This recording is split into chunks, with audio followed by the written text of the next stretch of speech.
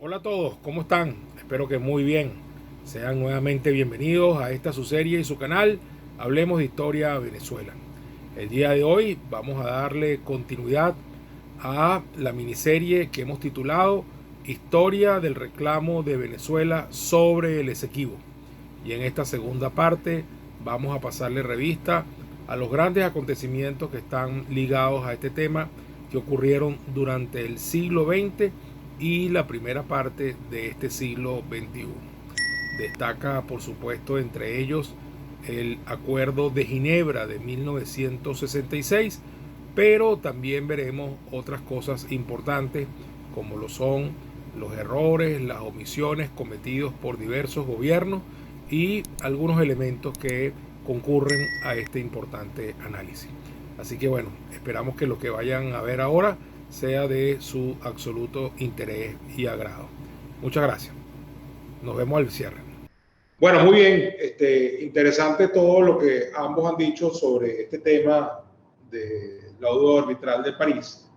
Quiero solamente decir, en función de lo último que acaba de señalar Rubén Darío, que hace unos días justamente el doctor Alan Bruger Carías estuvo enviando a algunos de sus contactos justamente el memorándum de Severo Malet Prevost de 1944.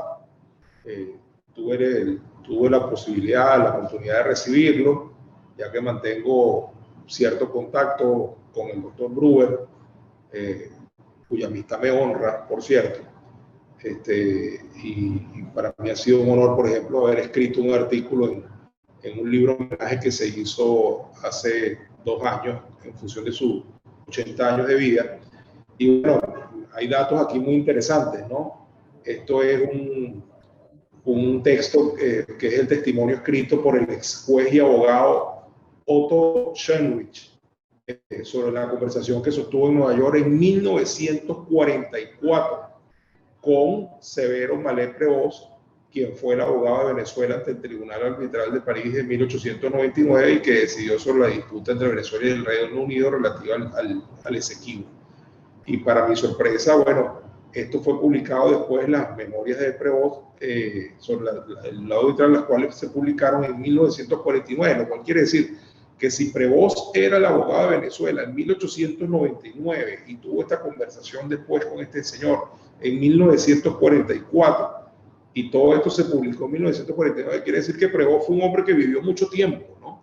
Y que todo esto se vino a saber bastante tiempo después, para fortuna de Venezuela, porque este argumento, este testimonio fue clave para poder desmontar lo que se hizo en el laudo arbitral de París, que obviamente fue un fraude contra Venezuela. Entonces, dicho esto, quisiera entonces ahora retomar la conversación con ustedes para explicar cómo se desmonta este fraude, ¿verdad? A pesar de que claramente ahora el gobierno de Guyana está tratando de asumirlo como bueno, como que el laudo arbitral es válido, pero cómo es que se desmonta este fraude y cómo es que Betancur y Leoni básicamente logran el Acuerdo de Ginebra de 1966, que digamos es la próxima estación donde necesariamente hay que pararse para seguir analizando la historia de la reclamación de Venezuela sobre el Esequibo. Juan Carlos. Fíjate, yo creo que hay que ver este tema, vuelvo otra vez en su integralidad. ¿Okay? El tema de la territorialidad venezolana es para nosotros los venezolanos y las venezolanas y para cualquier país en general, pero en el caso venezolano es un tema profundamente delicado. Y es un tema que tiene una discusión muy difícil. ¿Por qué? Porque ha sido siempre, es un arma arrojadiza en política venezolana. Por ejemplo, el diputado Andrés Eloy Blanco, por ejemplo, tiene una frase que es famosa en que dice que Venezuela perdió 1.000.000 de kilómetros cuadrados sin echar un tiro. ¿Ok? Y eso es una frase que en Venezuela se usa y se le clava a la gente. Y yo siendo un gran admirador de Andrés Eloy Blanco, eso no es verdad.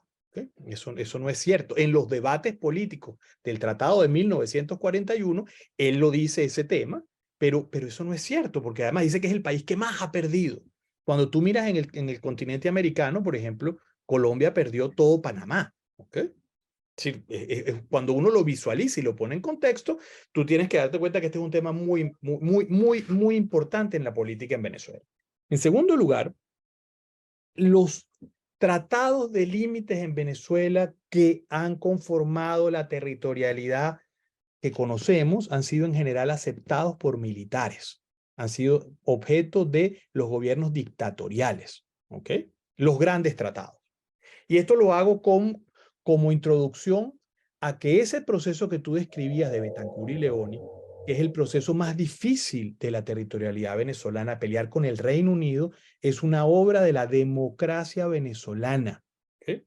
El haber salvado un tema que ya estaba decidido y la frontera hecha, fue un tema de la maestría de la diplomacia de la democracia venezolana, que además Betancur entiende muy bien el momento político en que está. Betancur entiende que la democracia naciente de Venezuela en 1959 y 60 tiene un espacio político que no había tenido antes y le meten toda la fuerza en la Organización de las Naciones Unidas, de la cual Venezuela es fundadora, y logran entrar y poner en la esquina al Reino Unido y decirle, tú nos robaste eso, así que a ver cómo lo vas a solucionar. Entonces, eso es una operación de diplomacia donde logran meter el tema del Esequibo en el territorio, en el Comité de Descolonización de Naciones Unidas para forzar y ponernos al lado de Guyana, que es uno de los temas que parece que no estamos entendiendo en este gobierno en este momento, junto con en el laudo, para luchar juntos con el tema contra el Reino Unido, ¿ok? Entonces, este es un tema muy sofisticado desde el punto de vista de la diplomacia, una obra maestra de la democracia venezolana que pareciera que no ha sido comprendido del todo por quienes ahora detentan el poder y por quienes están llevando adelante el caso ante la Corte Internacional de Justicia. Pero haber ido a estar ahora en la Corte Internacional de Justicia diciendo, a mí me robaron ese territorio, es un éxito, no es un fracaso. Es parte de la estrategia venezolana. No queríamos llegar a la Corte y lo dicen para su momento el canciller Iribarren Borges y lo dice en su momento el canciller Marco Falcón Briceño. No es el mejor escenario llegar a la Corte, pero es parte de los escenarios que tenemos porque si nosotros vamos a pelear en la Corte, ganamos en derecho. ¿Ok? Entonces, es una operación política muy importante, muy grande de la democracia. Y aquí un montón de gente se llena la boca porque Pérez Jiménez defendió y mandó. Pérez Jiménez era el primero que no quería tener ningún problema con el Reino Unido porque era su gran abastecedor de armamento. Todas las armas, toda la modernización de las Fuerzas Armadas venezolanas las lleva adelante con armamento inglés. ¿Ok? Entonces él era un gran aliado Inglaterra era gran aliado de Pérez Jiménez. Entonces no se iba a pelear por un tema de territorialidad. ¿Ok? Por poner un solo caso en el tema. Tema diferente, por ejemplo, de Medina Angarita, que Medina Angarita negocia en plena Segunda Guerra Mundial la devolución por parte de Inglaterra de la isla de Patos que estaba bajo jurisdicción británica y que pertenecía a Trinidad y Tobago. Entonces, cuando hablamos son temas que ya hemos hablado, tanto Rubén Darío, vemos todos son muy largos, de mucha cosa, pero que Venezuela logró poner en el punto jurídico que necesitábamos para una eventual recuperación. Y porque este tema, y es uno de los temas que con esto cierro, el tema, este caso jurídico es el primera oportunidad que en derecho internacional tenemos de denunciar legalmente el colonialismo británico. Y una de las cosas que decía Rubén Darío cuando mencionó al presidente del Tribunal Arbitral, el ruso Federico de Martens. Federico de Martens era lo que se llamaba un ruso blanco, un ruso de la aristocracia zarista, que consideraba, tenía claro que los blancos eran superiores a las personas de otros colores y tenía una manifiesta voluntad de conquistar el mundo, era un colonialista. Y hay libros publicados por el señor que fueron traducidos y publicados por la Presidencia de la República de Venezuela en los años 70 y 80. E incluso hay un libro que se llama, a mí me gusta mucho, que se llama The Gentle Civilizer of Nations, el civilizador, el amable civilizador de naciones, que habla del derecho internacional a finales del siglo XIX, del siglo XX, donde la idea era que se le imponía el derecho internacional a los países del sur como una forma de civilización. Y este laudo arbitral es el primer ejemplo de esa forma de civilización a través del derecho. Entonces, la oportunidad que hay ahorita en la Corte es esa, de denunciar toda esa retahíla de temas que estamos hablando, donde el memorándum de Severo Malé Prevost solo puso por escrito lo que todos los venezolanos sabían, que nos habían pasado la planadora, que nos habían caribeado en perfecto venezolano y que eso era ilegal. Por aquí lo dejo. Muy bien, Juan Carlos, muy claro. Yo le voy a pedir a los dos que todavía no nos vengamos hacia el presente, porque eso lo vamos a analizar más adelante. Por eso le quiero pedir también entonces a Rubén Darío que nos concentremos por ahora en el proceso que nos lleva entonces, como lo ha hecho Juan Carlos, al Acuerdo de Ginebra, ¿okay? Al Acuerdo de Ginebra en 1966, para que después entonces le entremos al proceso que viene de 1966 para acá, y muy concretamente de 1966 a la primera década de este siglo XXI, donde evidentemente hay un cambio en la política del Estado venezolano, por lo menos del gobierno en cuanto al discurso se refiere, pero no nos metamos ahí todavía. Vamos a 1966 y el Acuerdo de Ginebra. Rubén Darío. Bueno, mira, para llegar al Acuerdo de Ginebra, todos los gobernantes, lo que decía Juan Carlos, todos los gobernantes tuvieron que haber pasado hechos y no existe o no ha existido, cada uno de ellos hizo acciones, actividades tendentes a evitar lo que se llama el stop, que es la aquiescencia, que es uno de los argumentos que tiene Guyana, desde que desde 1899 a 1962, cuando fue aquel famoso discurso de Falcón Briceño, el canciller de Rómulo Betancourt, en las Naciones Unidas, que fue el que puso en la, digamos, jurídicamente y desde el punto de vista institucional, internacional, el tema en juego. Pasaron muchas cosas durante los gobiernos de Gómez, de Medina Angarita, de cada uno de ellos, de alguna manera, fue gestionando, haciendo actividades tendentes a evitar que ocurriera esa famosa aquiescencia. El famoso discurso de Rómulo Betancourt en la 10ª Conferencia Latinoamericana en 1954. Bueno, muchos eventos pasaron. Llegamos a 1962, donde ya hay unos argumentos, no solamente el memorándum de Malé Prevost, que yo le recomiendo a todos los venezolanos que lo lean, porque la fibra nacionalista, no sé si te pasó, Cipriano, pero cuando lees ese memorándum, la fibra nacionalista como que te llama un poquito, porque tú ves ahí muy plasmado una persona de primer orden que estuvo jugando un rol muy importante allí. Malé Prevost era un hombre muy joven para esa época, menos de 30 años, en el momento que estaba en ese momento. Murió 50 años de 40 y casi 50 años después, 50 años después exactamente, murió Malé Prevost. Y entonces posteriormente llegamos al año 62, quiero llevar el hilo, donde se hizo aquel famoso discurso, se crearon unas comisiones tripartitas, porque Guyana no existía como un país, pero era una colonia, existía, tenía un primer ministro para el momento, o una autoridad, digamos, colonial, pero en todo caso existía y hacía actividades y desarrollaba sus actividades. Fueron incorporadas una mesa tripartita para empezar a hilvanar todo esto. Fíjate que en me voy a ir un poquitico más adelante, en la sentencia que fue recientemente, la del 6 de abril, uno de los jueces que hizo unas observaciones, lo que se llama una declaración a la sentencia, informaba que no era como decía la sentencia, que la independencia del reino de Guyana había sido garantizada o regalada de alguna manera a Guyana. No, era un producto de un proceso de descolonización que es muy fuerte que se estaba dando en esa época. La famosa Convención 514, en la cual se estableció mediante un mecanismo de las Naciones Unidas que los países que quisieran descolonizarse solamente con su manifestación de voluntad iban a ir a ese proceso. Ya eso había sido acordado. Posteriormente caemos en 1966, donde ocurre lo que dijo, como dijo el doctor Asdrúbal Aguiar en una conferencia que dio, que me llamó mucho la atención, porque él dijo, bueno, no sé cómo ocurrió ese milagro, de verdad que un milagro, se alinearon los planetas, que el Reino Unido haya aceptado revisar una cosa que era prácticamente clavo pasado, como decimos vulgarmente, que era, tenían la propiedad, digamos, otorgada por un arbitraje y tenían la posesión sobre el bien. ¿Cómo logramos nosotros, como país, hacer que el Reino Unido, una de las mayores potencias para la época y todavía lo es, aceptara revisar una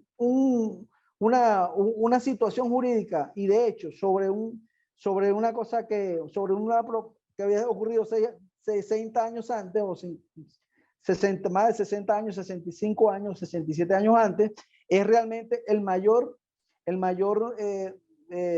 digamos, triunfo que ha tenido la democracia venezolana, o mejor dicho, la diplomacia venezolana en su historia. No creo que haya habido otro triunfo como este, de hecho, sobre todo considerando que la mayoría de los tratados y la mayoría de las delimitaciones que hemos hecho, la hemos perdido. Perdimos con Colombia una gran cantidad de terreno en el mismo año, aquella famosa década de 1891 a 1999, donde perdimos prácticamente, bueno, no la tengo exactamente la cifra, pero deben ser aproximadamente 300, 400 mil kilómetros cuadrados.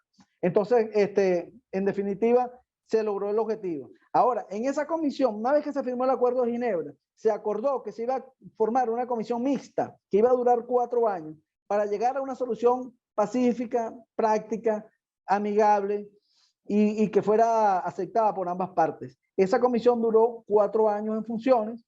No se logró el objetivo. En definitiva, Guyana nunca ha tenido intención de llegar a ningún acuerdo que ponga en peligro la territorialidad o la integridad territorial de ese país, porque sabe que está en juego las 3/4 partes del territorio. De manera que yo coincido con lo que decía Juan Carlos, que esta es la primera vez en 200 años de reclamación que tenemos en el Esequibo aproximadamente, que Venezuela va a tener la oportunidad de acudir a una instancia internacional, en este caso una instancia judicial, el máximo tribunal de los países en el mundo, el Tribunal de las Naciones Unidas, donde va a poder llevar su verdad, va a poder llevar sus argumentos jurídicos, históricos y todos los elementos que constituyen esa posición que Venezuela ha sostenido durante tantos años. Muy bien, muy bien, muy bien. Muy claro cómo llegamos aquí. Aquí por primera vez voy a emitir una opinión de fondo con respecto a uno de los temas que ustedes han planteado, ¿no? Que es el tema del éxito de la diplomacia venezolana para poder alcanzar algo que lucía bastante improbable, ¿no? Que era básicamente reabrir algo que hubiera podido asumirse perfectamente por parte de Inglaterra como eso que nosotros llamamos la cosa juzgada, ¿no? Ya eso fue sometido a un proceso, ahí está un instrumento de derecho internacional, porque es ese laudo, yo no tengo por qué sentarme otra vez a revisar nada. Eso hubiese podido ser perfectamente la posición de Inglaterra, ¿no? Sin embargo, Juan Carlos dijo algo solamente a título de comentario que pudiera ser tomado como algo superficial, pero que yo me lo tomo como definitivo, que era que Betancur estaba muy consciente de su situación política en ese momento, igual que Leoni, y yo voy a profundizar un poquito sobre eso. El modelo político venezolano de finales de los años 50 y principios de los 60 es clave para el continente, y yo no tengo la menor duda de que esa pretensión de Venezuela que pusieron sobre la mesa los gobiernos de Betancur y Leoni tuvo por detrás el apoyo militante de los Estados Unidos y de muchos otros factores de poder en su momento, por lo que eso representaba aquí. Siendo los Estados Unidos e Inglaterra unos aliados históricos, como ya sabemos, y además que juegan a la geopolítica mundial agarrados de la mano, y más aún en plena Guerra Fría, como era ese caso. Pero lo que quiero decir es lo siguiente: Betancur se convirtió en la primera parte de la década de los 60 en una referencia obligada en el continente por ser la vitrina de exhibición de un modelo democrático viable, que además se convertía a sí mismo en un muro de contención al comunismo representado por Fidel Castro y lo que estaba tratando de hacer en el continente americano. un hombre electo por votación popular, que además estaba tratando de llevar adelante un modelo de partido exitoso y que además representaba una corriente ideológica que, si bien venía de la izquierda, era comprobadamente democrática y que tenía como proyecto político consolidar un modelo justamente democrático y de partido, y era una persona a ser respaldada ampliamente, y él tenía conciencia de la importancia que tenía su modelo, su presidencia y su gobierno en ese momento, y después la de Leoni, que era básicamente la continuidad de ese proyecto político. Así que yo creo que eso tuvo un peso fundamental en este asunto, como bien lo comentó Juan Carlos Sánchez. Muy bien. Sí, es que quiero además darle un tema. Yo, Rubén Darío, no conozco ese artículo de Asdrúbal sobre el milagro, pero fue una operación política muy bien montada, como decía Cipriano, pero además hay un elemento que nosotros nunca tomamos en cuenta, que es la realidad inglesa. Cipriano y yo tuvimos oportunidad de estudiar becados en el Reino Unido, y uno tiene algún conocimiento de la realidad británica política. Y es que esta negociación, la firma del Acuerdo de Ginebra, se da en los años 60, donde el Reino Unido estaba sumido en una profunda crisis política. El gobierno británico quedó muy golpeado después de la Segunda Guerra Mundial. Su gran líder, Winston Churchill, sale muy golpeado. O sea, el gran héroe de la guerra no es el héroe de la democracia, y además entra a finales de los 50 un proceso que golpeó y del cual todavía no se ha recuperado del todo la sociedad británica, es haber dejado de ser el imperio británico para convertirse en un simple Reino Unido. Entonces, nosotros firmamos el acuerdo entre la transición del Partido Conservador al Partido Laborista. Quien firma el acuerdo es el Partido Laborista, quien simpatiza con Betancourt, simpatiza con la causa de la descolonización, y fue el momento exacto donde la democracia venezolana no lo dudó. Esta es la oportunidad, dale, ¿ok? Después vemos cómo arreglamos. Entonces fue eso es lo que yo llamo los padres fundadores de nuestra democracia, de nuestra política internacional democrática, que es fundamental. Es que yo no ha sido estudiado para nada, es desdeñada por todo el mundo, la ponen a un lado, pero es de una sofisticación importantísima, porque se prepararon durante más de 20 años en periodos dictatoriales para el momento de llegar a tomar el control en Venezuela de lo que era. Estudiaron en las mejores universidades, se prepararon en todos lados y llegaron a estudiar y a tomar lo que habían estudiado. Cosa que no pudo hacer la generación, por ejemplo, que vivió el gomecismo, que se quedaron en París esperando la oportunidad. No, la generación del 28, tú sabía que venía, que era su momento, se preparó y lo implementaron. Con un tema, y termino una muy rápido, era la complejidad de los escenarios políticos, porque no quiero meter en ese tema, pero los argumentos que nosotros usamos con Guyana en la reclamación del Esequibo son contradictorios con lo que usamos con Colombia en la delimitación de las áreas marinas y submarinas al noroeste del Golfo de Venezuela.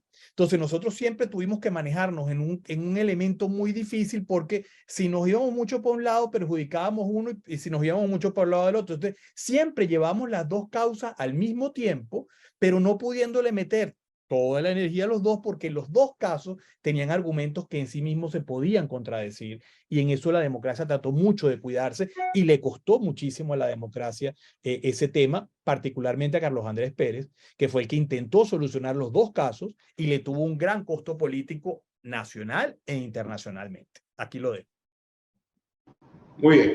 Miren, yo me quiero ir acercando hacia el presente, de una manera también crítica, ¿no? Porque yo creo que buena parte también de lo que ha pasado y el punto en que hemos llegado, ha habido responsabilidades de este lado, ¿no? Del lado venezolano, e incluso también de los gobiernos, hasta de nuestro propio gentilicio, que se ha desentendido del tema y de repente lo vuelve a tomar como un momento como este, donde todo el mundo está pendiente. ¿Y a dónde voy? Permítame conducir esto de esta manera, ¿no? Así como uno puede ver el Acuerdo de Ginebra como un gran logro, ustedes dos lo han reivindicado como tal, y yo también lo asumo así, ha habido también momentos oscuros, ¿ok? Momentos como de pequeños retrocesos o grandes retrocesos, inclusive, insisto, tanto por acciones de gobiernos como por actitudes colectivas. me explico y después entonces lo desarrollamos entre todos, ustedes sobre todo, ¿no? Por ejemplo, logrado el Acuerdo de Ginebra en 1966, después del gobierno de Leoni viene el gobierno de Caldera, y el gobierno de Caldera firma el protocolo de Puerto España. Y el protocolo de Puerto España se puede ver perfectamente como un retroceso, porque se congelan las conversaciones, las negociaciones por un periodo importante, que yo entiendo que en la historia de un país eso no es nada, y en términos diplomáticos pudiera no ser nada, pero después de aquí el triunfo pudiera verse perfectamente como un retroceso. Luego, nosotros, los tres, estudiamos geografía e historia de Venezuela viendo un mapa donde el Esequibo aparecía con una raya, zona en reclamación, pero ese era el mapa con el que los tres nos formamos. Eso dejó de estar en el tiempo. Los libros de nuestro país, nuestros libros oficiales, dejaron de tener ese mapa, ¿no? Y ahí incurrimos nosotros mismos en un error, en un problema, ¿no? Empezamos como que a olvidarnos del tema, ¿no? Y eso fue dejándose y dejándose y dejándose hasta que los mapas oficiales mismos del país no incluían al Esequibo ni siquiera como una zona de reclamación.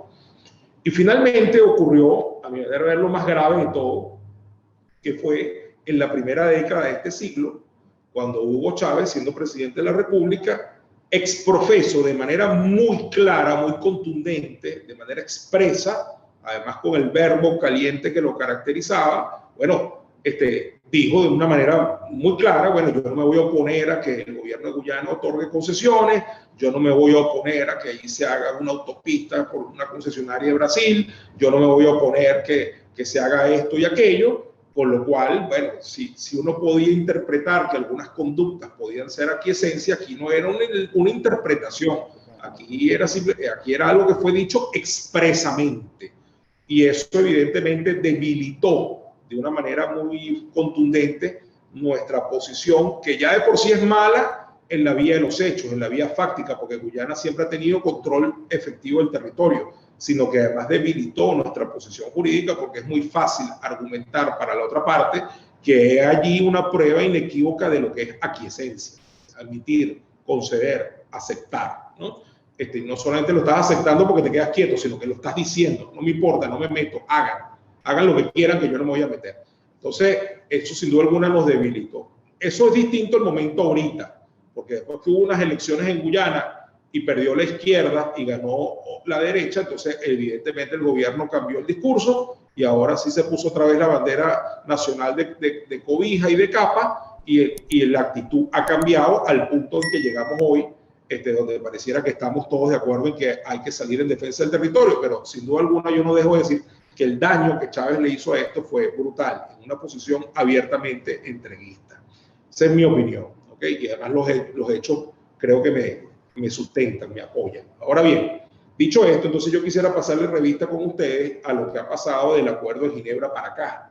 ¿Okay? Vamos ahora a pasarnos de 1966 para acá, sin dejar de decir y sin dejar de mencionar estos momentos oscuros que hemos tenido, bien sea por posiciones gubernamentales o por posiciones colectivas como pueblo, donde de repente hemos desechado el tema, nos hemos olvidado, lo hemos puesto en el baúl de los recuerdos, y a veces reflota con fuerza como el momento que estamos viviendo en este momento. No sé si quieres empezar tú, Rubén Darío, o empezamos con Juan Carlos. Sí, bueno, mira, efectivamente, yo creo que casi todos los presidentes de una u otra manera han cometido errores. Ya tú mencionaste el error que cometió el presidente Chávez. Es un hecho público y notorio, que lo que pasó en Guyana cuando él estuvo allá en el año 2004. También los hechos de lo que mencionaba Juan Carlos cuando Pérez Jiménez, todo el mundo lo ve como un gran nacionalista, bueno, y a lo mejor sí lo fue. No es el momento de discutir eso. Pero en todo caso, él creó un consulado en el territorio Esequibo en el año 1956, lo cual hizo un terrible daño a la reclamación, por cuanto estaba reconociendo fehacientemente con un acto de gobierno que tú no reconocías que ese era un territorio del país. No lo reconocías como país, como parte del territorio. Así como también Gómez en 1932 cuando fijaron el punto trifinio con Brasil y Guyana en el Cerro Roraima, pusieron el hito allí y eso también le causó, estaba reconociendo, dándole, dándole entre comillas, aquiescencia. Eso son actividades que han hecho algunos presidentes. Para mí la más grave ha sido la que hizo el presidente Caldera cuando paralizó bueno, habría que evaluar, porque la de Pérez Jiménez efectivamente fue bastante fuerte, pero en todo caso el presidente Caldera le restó, paralizó un impulso. Habíamos apenas hacía 4 años que habíamos logrado nuestro mayor triunfo diplomático y le metió un freno de mano a ese impulso y por 12 años. Fíjate que de hecho esa decisión, ese tratado no fue aprobado por el Congreso Nacional de la época, lo cual no se convirtió en ley en Venezuela por consecuencia. Sin embargo, los gobiernos que siguieron lo asumieron como tal, dejaron sin efecto el artículo 4 del Acuerdo de Ginebra. Sin embargo, ese periodo de tiempo fue muy importante para Guyana, que venía apenas naciendo como país independiente, venía consolidando y logró muchos avances en esos 12 años, en detrimento de la posición venezolana que se mantuvo. De hecho, cuando el discurso donde el presidente Caldera estableció que iba a plantear ese tratado, lo dio, no por casualidad lo dio en Trinidad, que fue, por eso se llama el protocolo de Puerto España, se dio en Trinidad y Tobago, en la capital, que es uno de los países más importantes del Caribe Oriental y que agrupa una cantidad de países, sobre todo los países caribeños, los que están hacia el sur, es como el líder de esos países. Y fue allí justamente como una muestra simbólica de que efectivamente él no estaba generando, no quería generar controversias, ni quería desarrollar políticas que fueran en detrimento del desarrollo de estos países. Posteriormente, bueno, lo que mencionó Chávez, del presidente Chávez, obviamente fue quizá un error.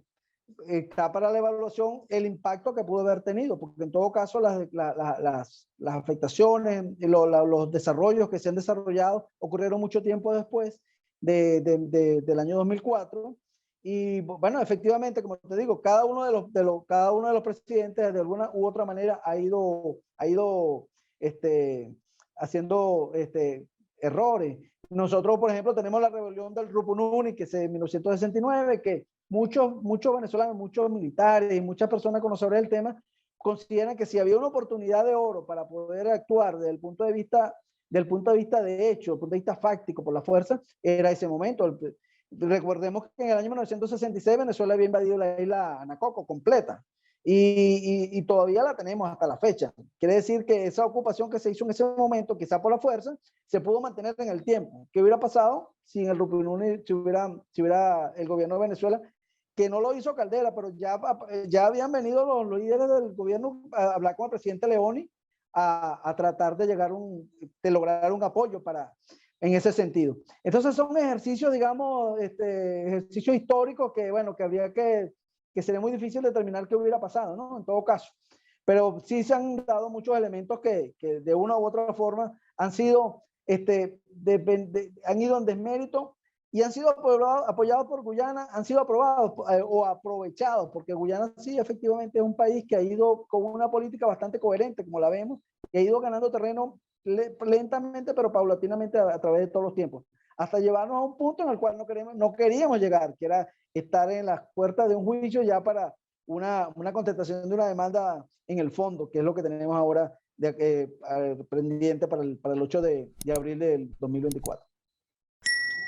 Muy bien, Rubén Darío, muchas gracias. Muy clara tu visión sobre este asunto. Bueno, vamos a ver qué dice Juan Carlos también sobre este tema de los errores que han cometido los gobiernos. Ojo, yo no nombré ni a Pérez Jiménez ni a Gómez porque me estaba refiriendo a los errores cometidos de 1966 para acá. Es decir, desde que tuvimos ese enorme progreso, ese enorme logro y cómo de alguna manera nosotros mismos nos hemos autosaboteado. Lo hemos ido perdiendo. Pero tienes razón, tanto Gómez como Pérez Jiménez y probablemente otros también cometieron sus errores. Vamos a ver qué nos dice Juan Carlos Sáenz sobre este asunto. Adelante. Sí, fíjate que yo creo que en general los presidentes después de Leoni y Betancur no han logrado entender o han tenido unas posiciones no muy muy claras de lo que significa el caso. ¿Sí? Caldera comete un error con la congelación del tema por 10 años. Lo vemos ahora como un error, ¿ok? Pero en ese momento era prudente, por llamarlo de alguna manera, bajarle la tensión que había con Guyana y con el Reino Unido, porque, como bien decía Rubén Darío, se había dado el movimiento del Rupununi. ¿Qué es el movimiento del Rupununi? El movimiento del Rupununi es un grupo de esequibanos, de nacionales del Esequibo, en el sur del Esequibo, que se alzan y dicen: yo quiero ser parte de Venezuela. ¿Ok? Y el gobierno de Leoni, que recordemos era guayanés, ¿ok? No guyanés, sino guayanés, era de esa parte del país, toma la decisión de apoyarlo. Vámonos, pues. Si ustedes quieren venir, vénganse. Y se arma un escándalo monumental. Eso no es la primera vez que le había pasado en la historia de Venezuela. A nosotros nos pasó después de la disolución de la Gran Colombia bajo la presidencia de José Antonio Páez, la provincia de Arauca, es decir, los llanos colombianos, deciden soberanamente separarse de Colombia y venirse a Venezuela. Y se presentan en Caracas y dicen: ¿saben qué? Yo no quiero que me mande Bogotá, porque es que yo soy llanero, o sea, yo quiero estar con Venezuela. Y le dicen a Páez y al Congreso: yo quiero incorporarme a la República de Venezuela. Y el Congreso de Venezuela delibera y dice: oye, ¿qué hacemos? O sea, ¿qué hacemos con estos tipos? Y dice: los colombianos nunca nos van a perdonar, ¿ok?, que nosotros nos anexemos a Arauca. Y esto va a ser un cuento que va a durar toda la vida. Y le dicen a los de Arauca: oye, sí, ustedes son llaneros, les agradecemos mucho el tema, pero de verdad qué pena, devuélvanse. ¿Ok? Eso para mí es un capítulo muy fuerte, porque yo siempre he entendido la posición del Congreso de Venezuela. Ahora, aquí en Costa Rica pasó en el siglo XIX algo similar. La provincia de Guanacaste formaba parte de Nicaragua, ¿ok? Y le dijo en algún momento a Costa Rica: yo me quiero separar de Nicaragua, me voy para donde ustedes con Costa Rica. Y Costa Rica le dijo: sí, vénganse. ¿Cuál es el problema? Y listo, se incorporaron en el territorio y se acabó el problema. Leoni, yo creo que se la quiso jugar, pero fue tal el tema de que Venezuela estaba apoyando con armas, que era lo que estaba pasando, que hubo un momento de duda donde yo creo que no hubo un respaldo político a tener que plantarse frente a Inglaterra y frente a Guyana. Y que es un problema que hay que poner las cartas sobre la mesa. ¿Qué país le quiere entregar a otro las 3/4 partes de su territorio o las 2/3 partes? Nadie. O sea, es un tema obvio, ¿ok? O sea, ya, mira, esto ha sido toda la vida mi territorio, por lo tanto, yo, salvo de una manera judicial, yo no te puedo devolver el tema. Entonces yo creo que eso resume la dificultad de que el tema tiene que ser que Venezuela tiene que tener la disposición de recibir ese territorio con la carga que eso representa. Muy bien, muy claro. Entonces, se han cometido errores, sin embargo, algunos habría que verlos en el contexto en que se realizaron. Y efectivamente, bueno, después del Acuerdo de Ginebra, hemos visto varios, hemos pasado revistas los más importantes, y entonces ahora pues nos podemos adentrar un poco más al presente. Vamos a pasar de revista un poquito a la coyuntura actual, al juicio que está planteado, a cómo llega Venezuela a él y las perspectivas que podemos tener en cuanto a resultados se refiere. Bueno, muy bien, queridos amigos. Espero que les haya parecido interesante este importante análisis que acaban de hacer los doctores Juan Carlos Sainz y Rubén Darío Bolívar sobre todo lo acontecido a lo largo del siglo XX y principios del siglo XXI en relación con el reclamo que Venezuela mantiene sobre el Esequibo. Destaca, por supuesto, como lo dijimos al principio, el Acuerdo de Ginebra de 1966, así como, bueno, toda esta serie de errores y omisiones, algunas de las cuales extrañas, imperdonables, casi que inexplicables, algunas que se cometieron por parte de algunos gobiernos con respecto a este reclamo o a esta situación. Llegamos entonces ahora a un punto donde en el próximo segmento, en la próxima entrega, vamos a abordar necesariamente pues lo que nos queda, la actualidad, el juicio que se sigue a nivel de la Corte Internacional de Justicia y en el cual Venezuela debe poner sobre la mesa sus derechos y probar jurídicamente que los tiene y hacerlos valer en ese reclamo que sostenemos sobre el territorio Esequibo. Así que Si les gustó lo que vieron, se les agradece el like. Invitados todos a seguirnos en nuestras redes y a suscribirse a nuestro canal. Y será hasta la próxima entrega. Muchísimas gracias.